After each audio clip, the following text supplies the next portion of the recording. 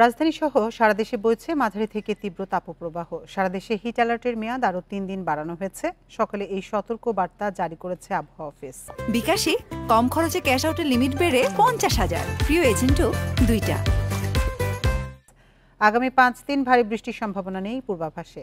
এতে বলা হয়েছে খুলনা বিভাগ সহ দিনাজপুর, নীলফামারী, রাজশাহী, পাবনা, ফরিদপুর ও গোপালগঞ্জের উপর দিয়ে তীব্র তাপপ্রবাহ বয়ে যাচ্ছে।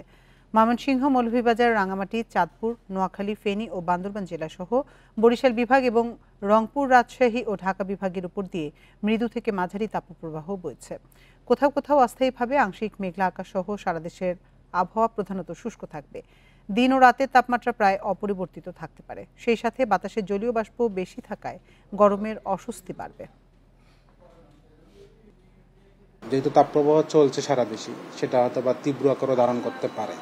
আপাতত সেটা তীব্র অবস্থায় আছে, অথবা অতি তীব্র হতে পারে যদি তাপমাত্রা 42 বা তার বেশি হয়। তা আমাদের যেহেতু বৃষ্টির সম্ভাবনা নেই সারা দেশে তেমন একটা, শুধু সিলেট এবং চট্টগ্রাম ব্যতীত, তা আমাদের তাপপ্রবাহ যেটা চলছে 43-এর কাছাকাছি তাপমাত্রা চলে আসতে পারে, বিশেষ করে রংপুর কিংবা রাজশাহী কিংবা আমাদের খুলনা ডিভিশনের দিকে।